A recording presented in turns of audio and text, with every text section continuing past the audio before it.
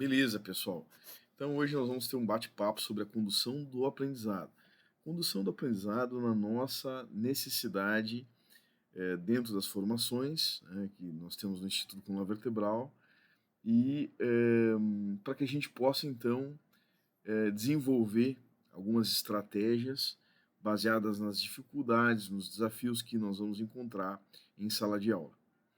Então, conversa bem tranquila, né? E vamos procurar trazer um pouco da pedagogia, um pouco dessa abordagem da filosofia do ensino, para que a gente possa então abrir novos caminhos e novas formas de nos aperfeiçoar como pessoas mediadoras, né, professores, né, que visto que desenvolvemos um processo de interação e facilitação do aprendizado junto aos alunos. Então, primeiramente, meu nome é Pablo Dias, né, vocês já me conhecem, então atuo dentro da quiropraxia, da fisioterapia, do agulhamento seco, da acupuntura, e eu quero dedicar essa aula, né, a um dos professores que, digamos, iniciou uma profissão, uma disciplina de cuidados em saúde, que é o Didi Palmer, descobridor, não, criador da quiropraxia, o descobridor, ou, na realidade não podemos dizer apropriadamente qual é a palavra para aquele que então forjou essa disciplina de cuidados em saúde, que é a quiropraxia. Então, é importante lembrar que Didi Palmer iniciou sua vida profissional como um educador. Então, isso é bem importante. Bom, filosofia da educação. O que é a filosofia da educação? É o campo da filosofia que se ocupa na reflexão sobre os processos educativos, os sistemas educativos, a sistematização de métodos didáticos, entre outros temas relacionados com a pedagogia. Então, a filosofia, digamos, é uma peça fundamental dentro da própria quiropraxia. Então, a quiropraxia, ela não possui filosofia. A quiropraxia é filosofia. E a filosofia, ela desempenha um igual papel dentro da educação. Então, o processo educacional, ele é um processo filosófico. É um processo que utiliza como instrumento o pensar, o articular do nosso raciocínio, o nosso silogismo, e a melhor forma de alcançar, então, ou despertar a motivação, o interesse do aluno. Então, a filosofia da educação, ela está relacionada com a funcionalidade do aprendizado, né? Da objetividade, da justificativa e principalmente do mote, ou seja, o motivo, o porquê que aquela pessoa está desenvolvendo uma apropriação de conhecimento. A aprendizagem é um processo pelo qual as competências, habilidades, conhecimentos, comportamento ou valores são adquiridos ou modificados como resultado de estudo, de experiência, de formação, raciocínio e observação. Tá? Então são vários os modos no qual o processo de aprendizado acontece. Né? Então, pela observação, né, pela vivência, pelo acompanhamento, pela atmosfera de convívio cultural, né? O aprendizado se relaciona a valores morais e filosóficos, ou se justifica por eles. Existe, então, uma fisiologia, quer dizer, um mecanismo, um funcionamento, que justifica a formação do conhecimento. Então, esse conhecimento, ele é superficial ou profundo, de acordo com o seu valor. Então, quando temos uma abordagem dedicada, né, digamos assim, aprofundada no conhecimento, isso ocorre, né, quando nós temos uma dedicação mais aprofundada à quantidade de valor, de afinidade que nós temos por esse conhecimento. Quando desenvolvemos um conhecimento superficial, né, significa que esse conhecimento tem um valor a menor. Então, que ele tem uma utilidade e que tem uma relação afetiva com essas informações menor para o indivíduo. Então, isso é importante considerar. Tá? Então, se nós obtemos um conhecimento apenas para uma finalidade simples, né, então esse conhecimento ele se torna superficial, ele não tem um vínculo com o indivíduo. E quando esse conhecimento ele é profundo, ou ele faz parte, ele passa a fazer parte desse indivíduo, então identificamos aí que existe uma afinidade desse conhecimento e esse conhecimento passa a fazer parte do próprio indivíduo. Então, por que o homem aprende? Né? O homem aprende por vários motivos. Para superar problemas, mas antes ele precisa identificar esses problemas. Então, vem a palavrinha diagnóstico, que é a arte de diagnosticar problemas e suas causas. Então, ele precisa aprender a identificar esses problemas e essas causas. E aí superar esses problemas, desenvolvendo estratégias para isso. Então, para isso ocorre o aprendizado, né? Para fazer o diagnóstico e para poder superar as dificuldades dos problemas. Vamos supor, quando o homem tinha que transportar materiais, vamos supor, ele acabou desenvolvendo a roda, né? Mas para isso houve uma mediação para que ele desenvolvesse essa roda. O meio, né, digamos, o meio também onde ele vivia propiciava o desenvolvimento da roda. As civilizações que viviam em montanhas, né, tiveram dificuldade para desenvolver a roda, porque o ambiente montanhoso, vamos supor, nos Andes, não propiciava o desenvolvimento da roda. Tá? Então, assim por diante, o meio ele tem uma influência muito grande também na mediação do conhecimento. Tá? É possível postular que o homem aprende diante de estímulos de dificuldade. Isso é muito importante. Então, muitas vezes o nosso aluno ele espera receber o conhecimento apenas. Eu não aprendi sobre essa matéria, como é que eu vou fazer esse trabalho? Muitas vezes o trabalho é justamente a forma que ele vai aprender a matéria.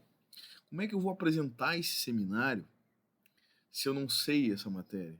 É justamente muitas vezes ensinando e colaborando com os colegas, atuando como um monitor ou até mesmo um professor, é que nós conseguimos, pela importância, pela relevância do altruísmo em contribuir, nós encontramos aí uma fisiologia, uma necessidade de obter domínio sobre esse conhecimento.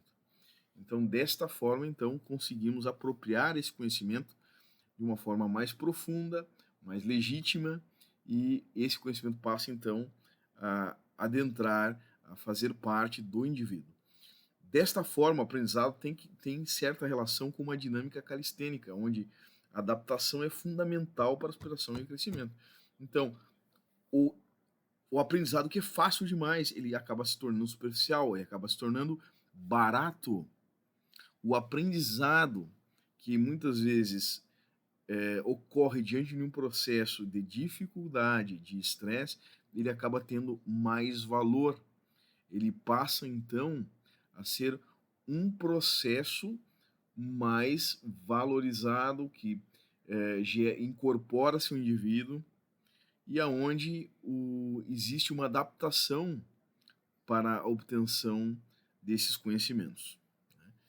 Então, a adaptação é fundamental para a superação e o crescimento. E, por isso, existe uma ferramenta de estresse também para que você possa promover uma adaptação. Né? Lembrando que quando desenvolvemos um processo de ensino, estamos lidando com o sistema nervoso, né, da pessoa. A mente, né, a mente que se abre para uma nova ideia jamais retorna para o lugar original. Então, o conhecimento ele está relacionado com a verdade. Né? Então, nós buscamos o conhecimento porque queremos, em tese, queremos saber a verdade. Então, o conhecimento nada mais é do que a busca constante pela verdade. E a verdade é importante saber, importante considerar que a verdade é limitada, né? A nossa percepção sensorial, o quanto nós conseguimos perceber sobre a verdade dos fatos. Uma vez tendo conhecido a verdade, jamais nos voltaremos a uma ilusão ou a mentira. A pior mentira é aquela que contamos a nós mesmos. Então, na realidade, o pior mentiroso é aquele que mente e acredita na sua própria mentira. Além de mentiroso, ele se torna um psicótico pela perda de contato com a realidade. Então, a realidade e o conhecimento, a verdade e o conhecimento, exerce um elo muito importante. Ou seja, um está relacionado com o outro. O conhecimento está relacionado com a busca da verdade. Então, nós temos, na busca do conhecimento, a ação, na busca do diagnóstico, né? Na busca da solução de problemas, na formulação do conhecimento, na sua dinâmica calistênica, nós temos a ação e o pensamento. Nós temos a multiplicidade e a unicidade. Então, no campo do pensamento, nós temos os divergentes, né, que significam reconhecer os problemas, promover alternativas, gerar alternativas, os assimiladores, que vão formular teorias, definir quais são os problemas a serem resolvidos diante de todos os problemas reconhecidos. E no campo da ação, teremos os adaptadores, que vão implantar soluções, conseguir os recursos necessários para, digamos, implementar um processo de soluções, de conseguir as soluções, e os convergentes, que vão testar as teorias e, enfim, resolver os problemas. O aprendizado do indivíduo não é um fenômeno fixo e imutável, mas um processo que se inicia desde o seu nascimento.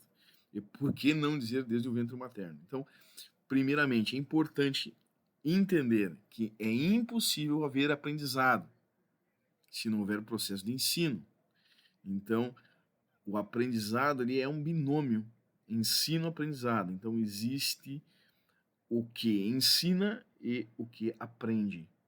Então, sem esse binômio, não haverá aprendizado. Então, ele é codependente do processo de ensino e de aprendizado. Aquele ou aquela ferramenta que promove a informação e aquele que assimila a informação.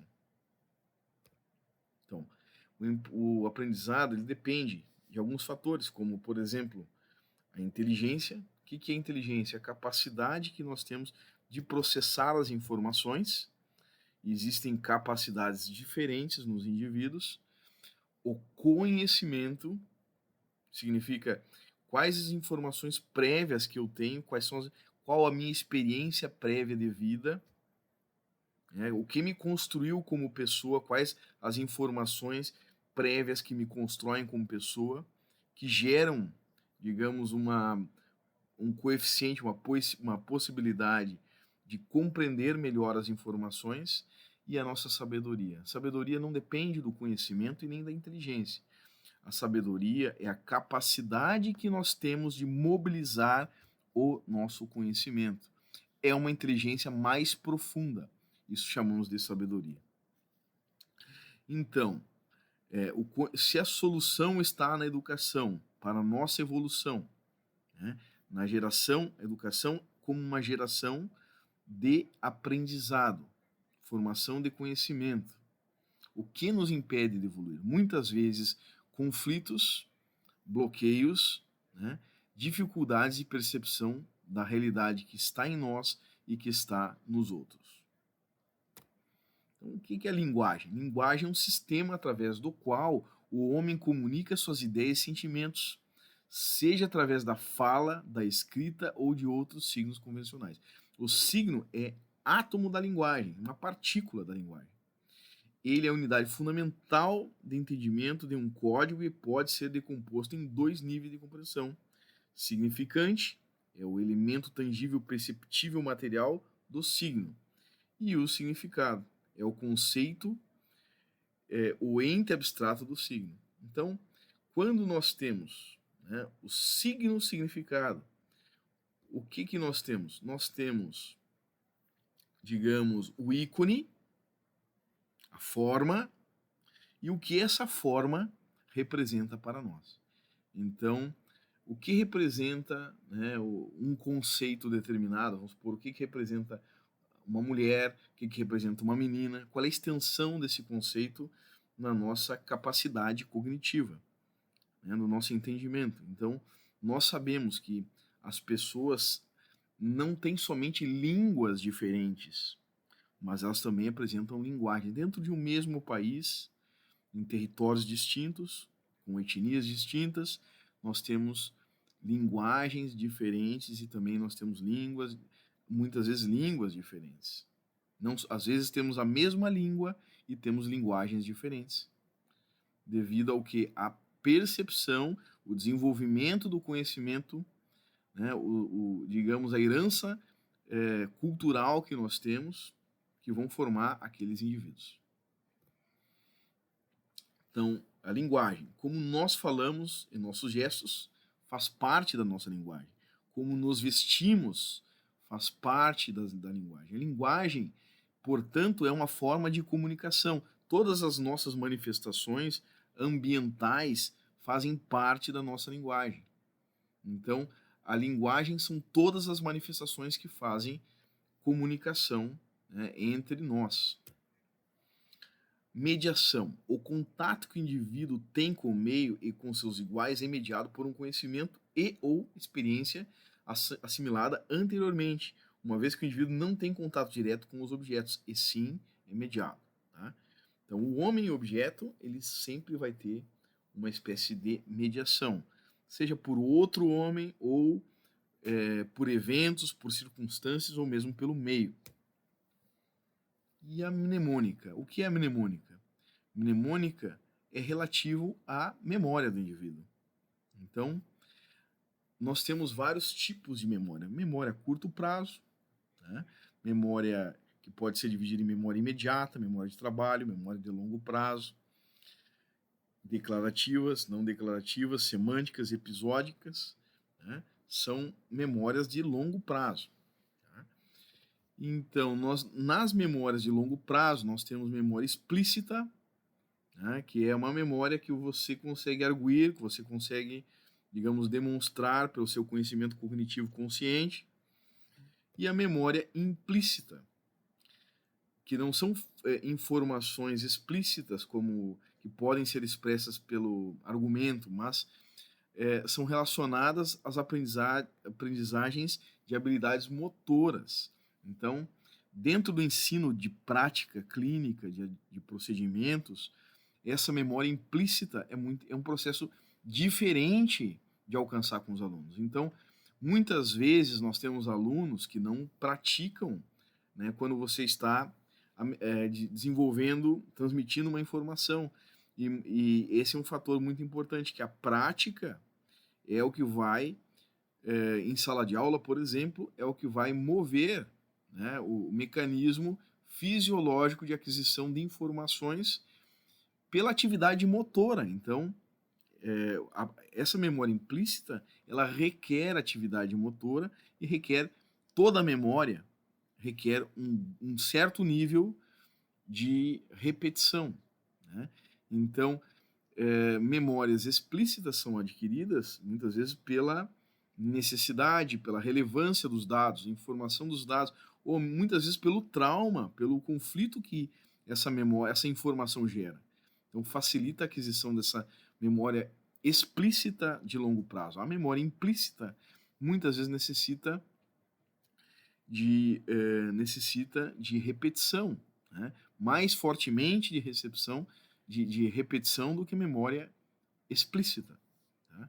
E aí nós temos, né, nessa experiência sensorial, né, de aquisição de informações, seja auditiva, seja visual, nós temos também um processamento dessas informações. E essas informações elas seguem um circuito interno. E quanto mais esse circuito é estimulado, mais facilmente a resistência para a passagem desse estímulo é quebrada. Então, dentro da mnemônica, da memorização, é muito importante falar dos landmarks. Quando nós desenvolvemos, né, informações, digamos, transmissão de informações de conhecimento que são mais complexas, é muito importante o estabelecimento desses divisores de água. Não, na realidade, o que eles significam? São citoesqueletos das informações que utilizamos para categorizar dados e motivarmos o processo de memorização pela utilidade e também pela fisiologia. Então, tem que ter uma necessidade para, digamos, armazenarmos essas informações. Os dados precisam ser funcionais. O professor precisa ressaltar quais são os divisores de água para amarrar e estruturar o conhecimento. O conhecimento que não fecha o círculo, não fecha o ciclo, que não ancora na necessidade de um processo, ele acaba sendo esquecido. O conhecimento, para que ele seja memorizado, ele precisa ter uma fisiologia, ele precisa que haja um interesse no mecanismo desse conhecimento, de como funcionam processos e, digamos, a sensação de poder que o indivíduo tem em dominar essas informações é vital para essa memorização. Então, ele precisa estar motivado, ele precisa realmente desenvolver um processo de motivação para compreender determinadas informações mais complexas e memorizar através de divisores de água, que são fatos que classificam as informações. São fenômenos que classificam as informações e levam, então, ao melhor entendimento de um processo complexo.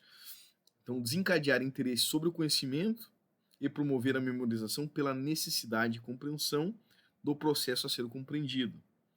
E isso é muito importante ocorrer através de divisores de água em informações mais complexas a serem memorizadas. A teoria da aprendizagem surgiu possivelmente por quê? Por que existiram teorias de aprendizagem? O homem não só quis aprender, como também, frequentemente, sua curiosidade o impeliu a tentar aprender como se aprende. Aprender como se aprende. Então, esse é o objetivo. Possivelmente porque o homem não só quis aprender, como também, frequentemente, sua curiosidade o impeliu a tentar aprender como se aprende. Então, nós temos várias teorias de aprendizagem que nós vamos, então, discutir. Algumas no seu propósito geral.